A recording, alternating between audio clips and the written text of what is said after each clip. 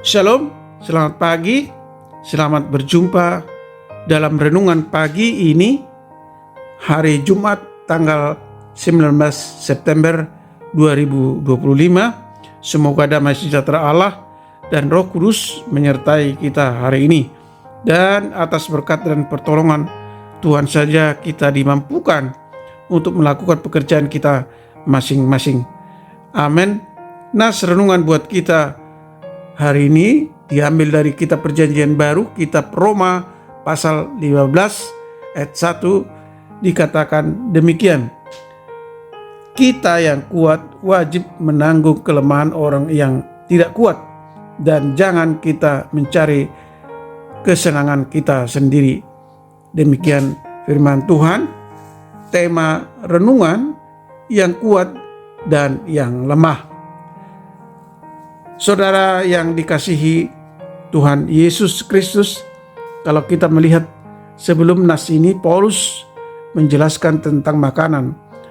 Paulus mengatakan supaya tidak menjadi batu sandungan, jangan dirusak apa yang sudah dikerjakan oleh Allah, karena persoalan makanan dan minum adalah semua yang masuk ke dalam mulut itu adalah bersih, tidak ada yang haram.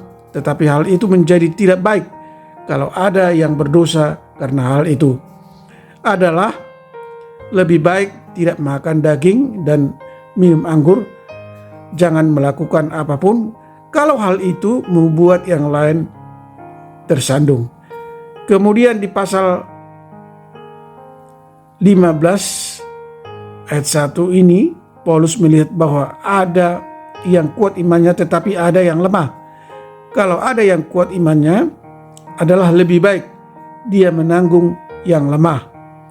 Orang Yahudi adalah orang yang lemah di dalam iman, sebab mereka masih mempersoalkan apa yang dapat dimakan dan apa yang tidak dapat dimakan sesuai dengan hukum Taurat. Dan juga mereka masih berpegang teguh kepada adat istiadat Yahudi, termasuk soal makanan. Karena itu, saudara yang dikasihi Tuhan Yesus Kristus, Paulus mengatakan supaya tidak mempersoalkan tentang makanan dan minuman. Sebab kerajaan Allah bukanlah soal makanan dan minuman, tetapi soal kebenaran, damai sejahtera, dan sukacita dalam Roh Kudus. Sikap ini membuat perpecahan di tengah-tengah jemaat.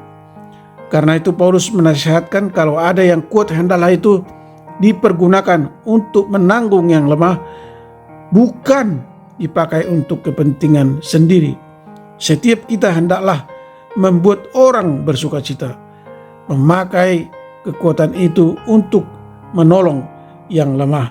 Saudara yang dikasihi Tuhan Yesus Kristus, yang kuat dan lemah dapat kita temui di dalam gereja, di dalam pekerjaan, dan juga dalam keluarga. Tetapi semuanya itu hendaklah saling membantu, saling membangun. Yang kuat membantu yang lemah. Hendaklah kita saling membantu. Jika ada yang kesusahan, yang lemah di dalam imannya, maka yang kuat imannya hendaklah membantunya. Amin. Mari kita berdoa. Terima kasih Tuhan, firman-Mu hari ini telah mengingatkan kami agar kami umat-Mu hidup saling membantu. Yang kuat imannya hendaklah membantu yang lemah di dalam imannya. Kerajaan Allah bukan soal makanan dan soal minuman, tetapi soal kebenaran, damai sejahtera, dan sukacita dan Roh Kudus. Oleh karena itu tolong kami Tuhan, supaya kami tidak mempersoalkan mana makanan yang haram dan mana makanan yang halal. Semua makanan tidak ada yang haram, sepanjang makanan tersebut tidak menimbulkan dosa bagi yang memakannya. Bimbing kami Tuhan agar kami tidak menyerahkan diri kami sendiri atau mementingkan diri kami, ego dalam soal makanan. Sebagai umat Tuhan, hal mengikut ajaran Kristus adalah hal yang terpenting dari soal makanan dan minuman. Hal meneladani Kristuslah yang harus kita utamakan dan yang harus kita ajarkan kepada yang lemah imannya. Kami berdoa buat para anak-anak Tuhan, para pendengar renungan hari ini, mereka yang di rumah, di kantor, di pasar, di sekolah, atau sedang di perjalanan, atau dimanapun mereka beraktivitas.